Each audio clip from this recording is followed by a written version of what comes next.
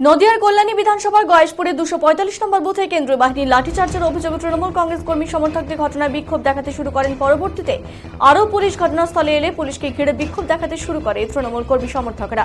তাদের অভিযোগ, তারা এলাকাতেই বসেছিলেন, তখন একজন পুলিশ আধিকারিক এবং বেশ কিছু কেন্দ্রীয় বাহিনীর জওয়ান তাদের উপর অতর্কিত হামলা চালায় এবং লাঠিচার্জ করে। এমনটাই অভিযোগ তৃণমূলের। ঘটনায় আহত হয়েছেন বেশ কয়েকজন তৃণমূল কংগ্রেস কর্মী, যদিও পরবর্তীতে তুলে নেন তৃণমূল কংগ্রেস কর্মী সমর্থকেরা। কত নম্বর বুথ এটা? 245। কি হয়েছে ঘটনা? 47। আমরা এখানে ক্লাবের সব লোকরা বসা ছিলাম। পাড়ার এটা আমার বাড়ির সামনেই আমি বসে আছি।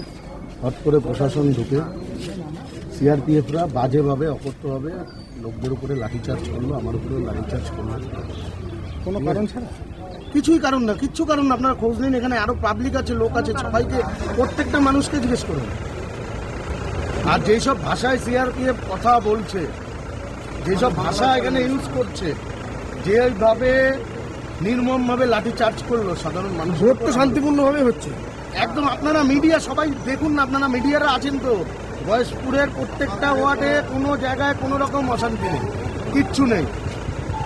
সিআরপিএফ ইনটেনশনালি, জানি না তারা কিসের জন্য, তাদের প্রয়োজনায় পড়ে আজকে এইটা করলো। হঠাৎ লাঠিচার্জ কেন করলো সেটা সিআরপিএফদের জিজ্ঞেস করুন আপনারা। আমরা তো চাইছি আপনারা সাংবাদিকরা সিআরপিএফদের জিজ্ঞেস করুন। মানে এটা কি আপনারা টেন্টে ছিলেন না অন্য কোথাও? আমরা এখানে বসা, আমার বাড়ির সামনে বসা, এই তো আমার বাড়ি। হঠাৎ করে আপনাদের চড়া হলো? হঠাৎ করে আমাদের উপরে গাড়ি থেকে নেমেই লাঠিচার্জ করলো।